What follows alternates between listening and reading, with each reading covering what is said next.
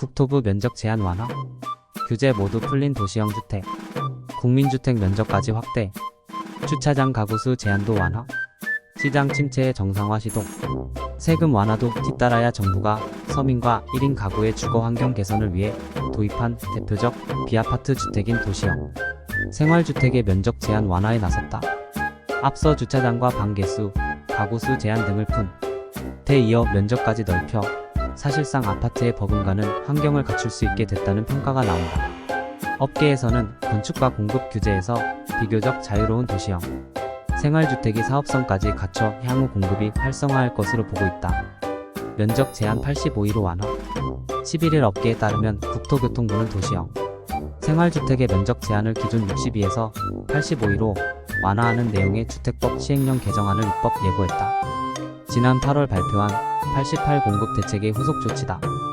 소형주택 공급 확대를 위해 도입한 도시형 생활주택의 주거 환경을 아파트 수준으로 높여 수요 진작에 나서겠다는 보관이다.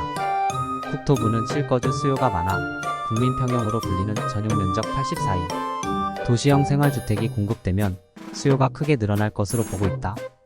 국토부 관계자는 앞으로 도시형 생활주택의 환경이 아파트 수준으로 높아지고 공급도 확대될 것이라며 이번 개정안이 시행되면 도시형 생활주택에 적용된 모든 규제가 완화되는 셈이라고 설명했다.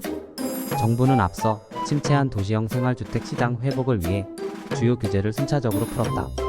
전용 30이 미만이면 방을 따로 둘 수 없게 한 방, 개수 제한 규제를 완화해 전체 가구의 절반은 침실을 2개 이상 설치할 수 있게 했다. 주차 면적 역시 공유차 1대를 일반 주차 3.5대로 인정하는 특례를 적용했다. 그간 소형주택의 가구당 주차 대수는 0.6대 이상, 30이 미만이면 0.5대 이상으로 규정했다. 30이 이하 소형 가구 주택을 사실상 강제하던 규정이 완화된 것이다. 다만 정부가 약속한 규제 완화 중 가구수 제한은 법률 개정이 필요하다. 기존 300가구 미만만 허용하는 공급 규정을 아예 폐지하는 내용이다. 비아파트 대책 속도전. 정부가 중형 크기의 도시형 생활주택 공급에 나선 것은 침체한 시장을 회복시켜 도심 내 주택 공급을 늘리기 위해서다. 도시형 생활주택은 2009년 도입 당시 12인 가구를 겨냥해 소형 가구 위주로 공급이 제한됐다. 12인 가구조차 너무 작다는 이유로 도시형 생활주택을 외면했다. 여기에 주택수에 포함되며 세부담이 늘어나는 등 수요자의 외면이 길어졌고 도입 취지가 무색하게 공급이 크게 줄었다. 국토부에 따르면 2021년 전국 42,283가구에 달하던 도시형 생활주택 인허가 실적은 2022년 32,214가구, 지난해 6,829가구로 줄었다. 올해도 9월까지 누적 인허가 실적이 3,314가구에 그쳤다. 그마저도 수요가 없어 지난해 평균 청약 경쟁률 1.04대 1로 서울에서도 미분양 단지가 속출했다. 올해 분양에 나선 서울 우남 W 컨템포 287과 인천 온누리 정원 1단지는 수도권임에도 미달을 기록했다. 정부가 도시형 생활주택의 사업성을 높이자 업계에선 시장 회복에 대한 기대가 크다.